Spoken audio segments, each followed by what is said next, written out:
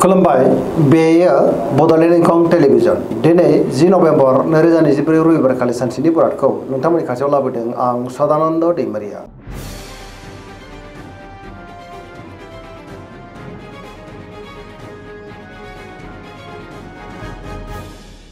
सिगां फरायनो लादों मेष राशि गिबि हांखो अ ल दिनैनि साना जोबोर मोजां गोदान खामानियाव दिनै आखाइ होजेननो हागोन आरो मोनफ्रोमबो बिथिङावनो जाफुंसारगोन गोथों आरो गोग्गो साननो रोंगोन गियाननि आंखाल जानाय नङा मावनो लानाय खामानिफोरा दिनै थि समावनो आरो गोरलैयैनो मावफुंजागोन गोसोनि साननायफोरा दिनै मोगथाङाव जाफुंनोबो हागौ देहाया मोजाङै थागोन सोरबा लोगोनिफ्राय मोजां खौरां मोननोबो हागौ रांखावरियाव मोजां बेफार फालांगियावबो मोजां होनजायो गोबां धोन आरजिनोबो हागोन आरो आयाबो बांनो हागौ न'खराव बिदा फंबायनि गेजेराव अनलायनाय फैगोन बिसि फिसायनि गेजेराव अनलायनाया बांगोन बिमा बिफानि अननायफोरखौबो दिनै मोननो हागोन गुबुननि गोसोखौ गोरलैयैनो बोनोबो हागोन गोसोनि बोलोफ्रा बांगोन समाजाव दिनै बयजोंबो मान होजागोन लाइमोनफ्रा जोबोर रमान्टिक जागोन आरो गावबा गावनि गोसोनि साननायफोरखौ फोरमायलायनोबो हागोन पजिटिभ एनार्जिनि गोहोम गोग्लैगोन।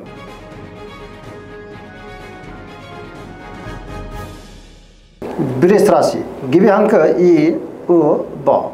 दिनैनि साना मोजां आरो गाज्रिनि गेजेरजों बाबेनलांनो हागौ गोसोआव गोनो गोथो साननाय फैनोबो हागौ सोरबा लोगोनिफ्राय हरखाबै गाज्रि खौरांबो फैनो हागौ गोसोनि बोलोआ लोरबां जागोन मावनो लानाय खामानिखौ दिनै मावफुंनो हायोब्लाबो माबा मोनसे गोरोन्थिबो जालांनो हागौ समाजाव मान मोननो हागोन रांखावरियाव बारा मोजां नङा नाङा फाङा खरसाया दिनै बांनो हागौ बेफार फालांगियावबो दिनै बारा मोजां नङा होनजायो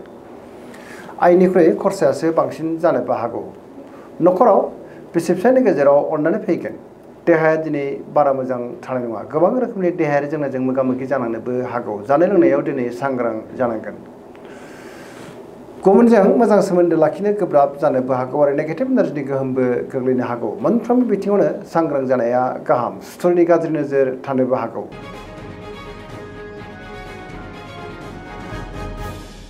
मिथुन राशि गिबि हांखो क स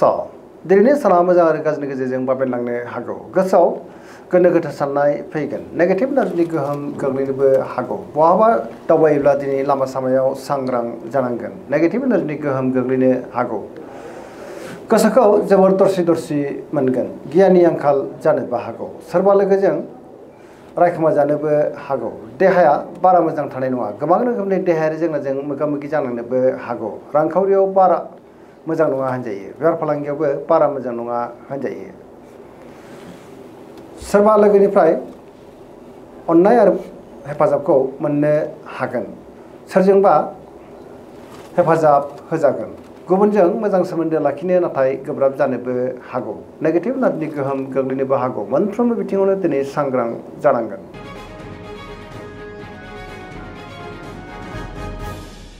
कर्कट राशि गिबि हांखो ड ह दिनैनि साना जोबोर मोजां गोसोखौ जोबोर गोजोननाय मोनगोन बहाबा हान्थिनो एबा दावबायनो खाबु मोननो हागौ आरो मोजाङैनो हान्थिनोबो हागोन सोरबा लोगोजों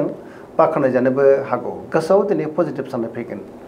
गोथों आरो गोग्गो साननो रोंगोन मावनो लानाय खामानिफोरखौ दिनै थि समावनो आरो गोरलैयैनो मावफुंनोबो हागोन रांखावरियाव जोबोर मोजां बेफार फालांगियाव दिनै जोबोर मोजां मुलाम्फा मोननो हागोन बिदा फंबायजों मोजां सोमोन्दो थागोन गुबुनजों मोजां सोमोन्दो लाखिनोबो रोंगोन समाजावबो बयजोंबो मान होजागोन देहाया दिनै मोजाङैनो थागोन न'खराव बिदा फंबायनि गेजेराव अनलायनाय फैगोन समाजाव बयजोंबो मान होजागोन फरायसाफ्रा दिनै फरायनायाव गोसो दुंखांगोन आरो मोजां फिथाइ मोनगोन बहाबा हान्थियोब्ला दिनै जोबोर मोजां आरो मोजाङैनो हान्थिनोबो हागोन सिगांनि बबेबा आद्रा खामानिया दिनै मावफुंजानोबो हागौ।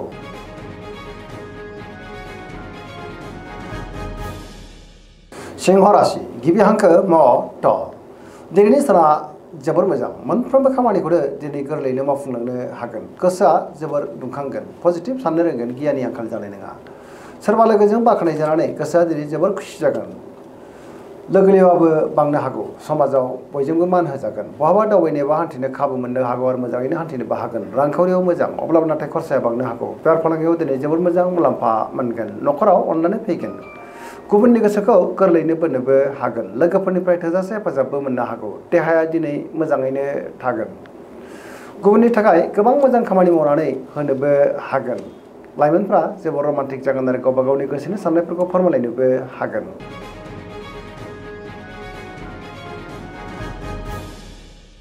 कन्या राशि गिबि हांखो प ट दिनैनि साना मोजां आरो गाज्रि गेजेरजों बाबेनलांनो हागौ गोसोआव गोनो गोथो साननाय फैनोबो हागौ गुबुननि थाखाय नाङा फाङा जेंनायाव गोग्लैनांनोबो हागौ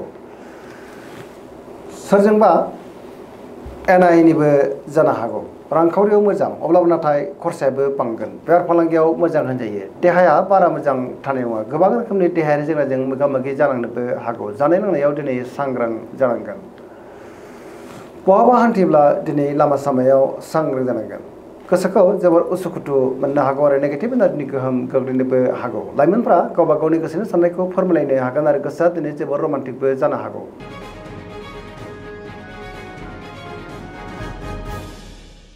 तुला राशि गिबि हांखो र ट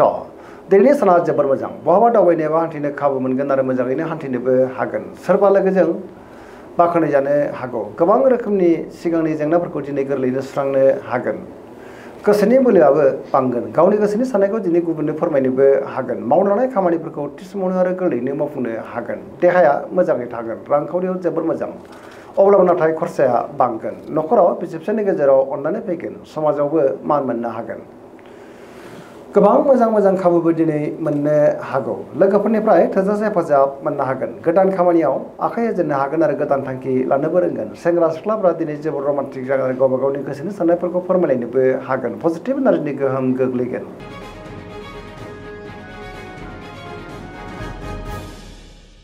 वृश्चिक राशि गिबि हांखो न स दिनैनि साना जोबोर मोजां गोबां मोजां खाबुबो दिनै मोननो हागौ बयजोंबो गोरोबनो रोंगोन गुबुननि थाखाय दिनै गोबां मोजां खामानि मावनानै होनोबो हागोन पजिटिभ एनार्जिनि गोहोम गोग्लैगोन गोसोआव गोथों आरो गोग्गो साननाय फैगोन समाजाव बयजोंबो मान होजागोन मावनो लानाय खामानिफोरखौ दिनै थि समावनो आरो गोरलैयैनो मावफुंनोबो हागोन गुबुननिफ्राय थोजासे हेफाजाबबो मोननो हागोन गोसोनि बोलोआ बांगोन समाजाव दिनै बयजोंबो मान होजागोन न'खराव बिदा फंबायनिफ्राय थोजासे हेफाजाबखौ मोननो हागोन गोबां जेंनाफोरखौ दिनै गोरलैयैनो सुस्रांनोबो हागोन रांखावरियाव मोजां बेफार फालांगियावबो मोजां होनजायो देहाया दिनै मोजाङैनो थागोन फरायसाफ्रा फरायनायाव गोसो दुंखांगोन आरो मोजां फिथाइ मोनगोन लाइमोनफ्रा जोबोर रमान्टिक जागोन गावबा गावनि गोसोनि साननायफोरखौ दिनै फोरमायलायनोबो हागोन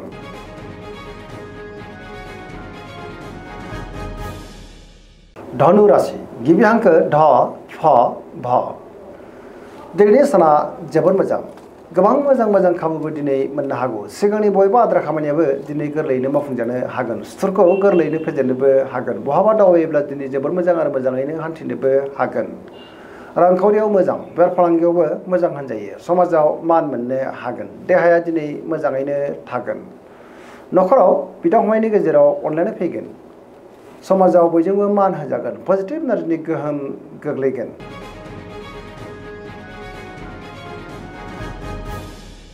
मकर राशि गिबि हांखो ख ज दिनैनि साना जोबोर मोजां गोसोआव गोथों आरो गोग्गो साननाय फैगोन गियाननि आंखाल जानाय नङा मोनफ्रोमबो बिथिङावनो जाफुंसारगोन सोरबा लोगोजों बाखनाय जानोबो हागौ सुथुरखौ दिनै गोरलैयैनो फेजेननोबो हागोन सिगांनि बबेबा आद्रा खामानिखौ मावफुंनो हानानै गोसोआ दिनै जोबोर गोजोनगोन मावनो लानाय खामानिफ्रा दिनै थि समावनो मावफुंजागोन रांखावरियाव मोजां होनजायो बेफार फालांगियावबो दिनै जोबोर मोजां मुलाम्फा मोनगोन गोबां मुंदांखा सुबुंजों दिनै लोगो मोनज्लायनोबो हागौ बहाबा दावबायनो एबा हान्थिनो खाबु मोननोबो हागौ बिदा फंबायनिफ्राय थोजासे हेफाजाबबो मोननो हागौ सेंग्रा सिख्लाफ्रा जोबोर खुसि जागोन गावबा गावनि गोसोनि साननायफोरखौ फोरमायलायनोबो हागोन आरो पजिटिभ एनार्जिनि गोहोम गोग्लैगोन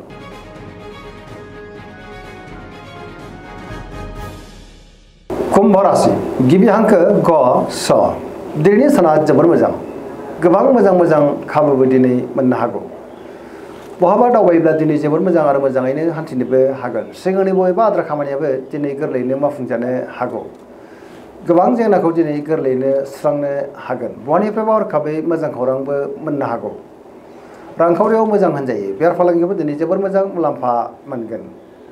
गोबां धोन आरजिनोबो हागोन देहाया दिनै मोजाङैनो थागोन न'खराव बिसि फिसायनि गेजेराव अननानै फैगोन समाजाव बयजोंबो मान होजागोन बिमा-बिफानि अननायफोरखौबो दिनै मोननो हागौ पजिटिभ एनार्जिनि गोहोम गोग्लैगोन